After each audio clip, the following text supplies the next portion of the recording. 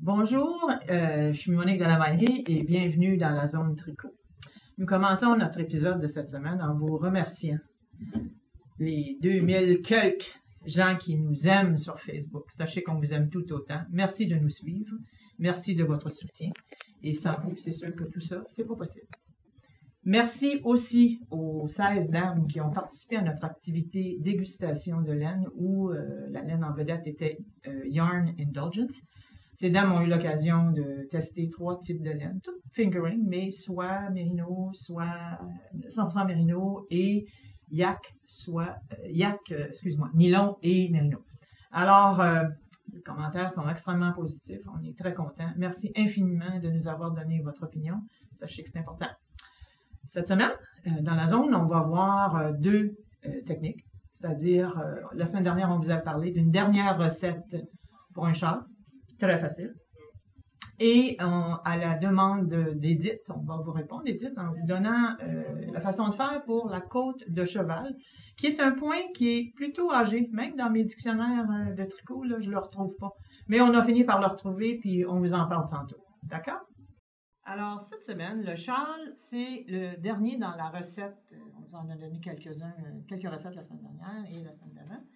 Celui-ci, si mon directeur technique s'approche, c'est composé de laine à bas mis bout à bout, ou presque, pour former quelque chose de multicolore. Et j'ai bordé avec un cordonnet, le I-cord. D'accord? Là, pour les besoins techniques, là, il est plié en 2, mais ça ressemble à une grande voile. On commence ici avec 3 mètres. On augmente avec des augmentations barrées. Est-ce que c'est bon? OK. Et moi, j'ai choisi de changer de couleur à tous les deux rangs pour donner justement l'effet, la côte mousse donne des couleurs. Il suffit tout simplement de jumeler quelque chose de contrastant ensemble. Tu sais, ça, c'est mes petits restants là, que je vous ai apportés pour vous montrer. OK? Et on continue jusqu'au bout. Ça se termine, moi je l'ai arrêté à 185 mailles, mais dans les indications sur notre blog, ça sera jusqu'à 200 mailles. D'accord? Puis, vous y allez comme bon vous semble. Hein? La limite, c'est votre imagination. Fait que c'est sûr que c'est un travail de patience parce que c'est long, puis toujours à l'endroit, c'est peut-être moins intéressant. Mais sachez que c'est un châle excellent pour suivre la partie d'hockey. C'est tigidou, ça ne demande pas trop d'attention. D'accord? Puis, tout le monde fera le même châle, que personne n'aurait la même chose parce que, justement, tout le monde a des petits restants de différentes couleurs. C'est une belle occasion de passer des restants. La seule balle que j'ai ajoutée au complet, c'est la balle de noir qui prend quand même presque, à cause du cordonnet, ça prend presque une balle. Il en reste quand même, là. Mais voilà, ça fait un beau contraste et ça met en valeur les couleurs. Et inquiétez-vous pas, étonnamment, les combinaisons, tout marche. Alors, vous pourriez faire ça aussi avec une laine plus grosse si vous aviez des restants, par exemple, de Deka ou de worsted. On se rend juste moins loin dans le nombre de mètres, d'accord? Alors voilà, ça c'est pour notre châle que j'appelle bonbon aussi, mais j'ai choisi de faire ça plutôt foncé. Mais vous pourriez faire ça pas, c'est à votre choix, d'accord? Les indications sont sur le blog. Pour Édith, on a ici une côte. Édith nous demande comment faire la côte de cheval. Alors, j'ai fait un échantillon avec 3 types de laine. Et sachez que le choix de la laine est important pour le contraste. Parce que la côte de cheval, c'est des mailles, 3 mailles en droit, une maille envers glissée envers, 3 mailles en droit, une maille glissée envers. Dans de l'alpaca, qui est le gris pâle ici, c'est une laine qui a une texture qui est plutôt souple, même presque trop. On ne voit pas beaucoup la définition. D'accord? Dans ce cas-ci, c'est un acrylique sans peluchage où la définition du point est beaucoup plus nette.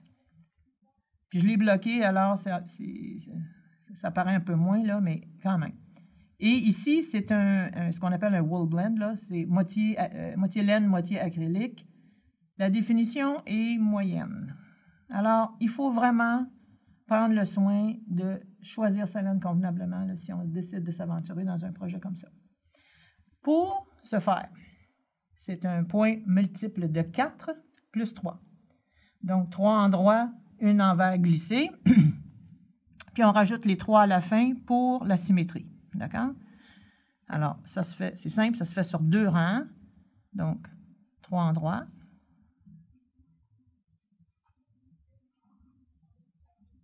Une envers. Vous laissez le brin arrière. Vous laissez votre laine de travail à l'arrière. Vous glissez la suivante, la quatrième, à l'envers. Et on recommence. 3 endroits. Une envers. Glissez. 3 endroits. Et ce, jusqu'à la fin. D'accord? Alors, 1, 2, 3. Glisser envers. J'ai-tu fait ça comme il faut, là? C'est ça. Je m'excuse, c'est celle-ci qui est glissée. Alors, voilà. 3 endroits. 2, 3. Une glissée envers. 1, 2, 3. Une glissée envers. Et pour garder la symétrie, centrer le motif, on rajoute les 3 mailles. Puis moi, je fais glisser la dernière envers. Ça pourrait être la première pour des mailles lisières. Fait que ça donne des belles finitions comme ça. OK? Sur l'envers, simple, simple, tout à l'envers. Alors, donc, envers, vous savez comment. On fait le rang envers. Donc, ça veut dire qu'un rang neutre où il ne se passe pas, il ne se passe rien. C'est tricoté comme elle se présente. D'accord? La maille glissée, elle est glissée à l'envers. Ça va? Fait que, point facile. Repérage aussi, c'est pas difficile de maintenir la cadence, là. C'est-à-dire que vous n'êtes pas en train de vous poser la question pour savoir où vous êtes rendu. C'est facile. OK? Alors voilà, je vais terminer le rang, je vais vous montrer. Mais je mets l'emphase sur le fait de choisir convenablement la laine. Prenez des laines qui sont plutôt fermes, là, comme par exemple la The Drops, la Big Merino, c'est super, ça se tricote avec un 5. Prenez aussi Cascade 220, grosseur worsted, ça marche, ou la vrille est serrée. Ça contribue à la définition du point. Donc, voilà, c'est ça. C'est ça la côte de cheval. D'accord? Alors, pour les nouvelles de la maillerie, on poursuit.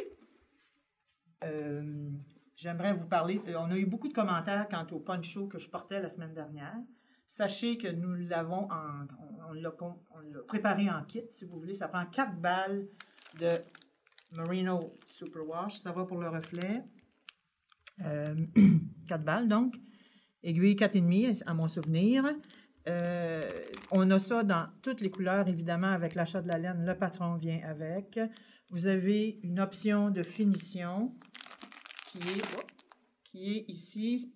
Pierre-Philippe, moi, j'ai fait une finition perlée dans le creux du point picot. D'accord? C'est tout à fait optionnel. Fait que si vous décidez que vous voulez ce kit-là, il n'y a pas de problème. Spécifiez si vous voulez les perles. D'accord? Parce qu'en principe, il n'y a pas de finition. Un peu bling. Moi qui aime ça, c'est sûr qu'il y en a. Hein? Alors, facile à faire, 2 rectangles qu'on rassemble. Pas difficile. Le point dentelle est super facile. Vraiment très féminin. Ça fait à tout le monde. On est content. Et les nouvelles de la maillerie, on poursuit avec des nouvelles laines qu'on a reçues cette semaine. Chantal a dépaqueté des boîtes et des boîtes.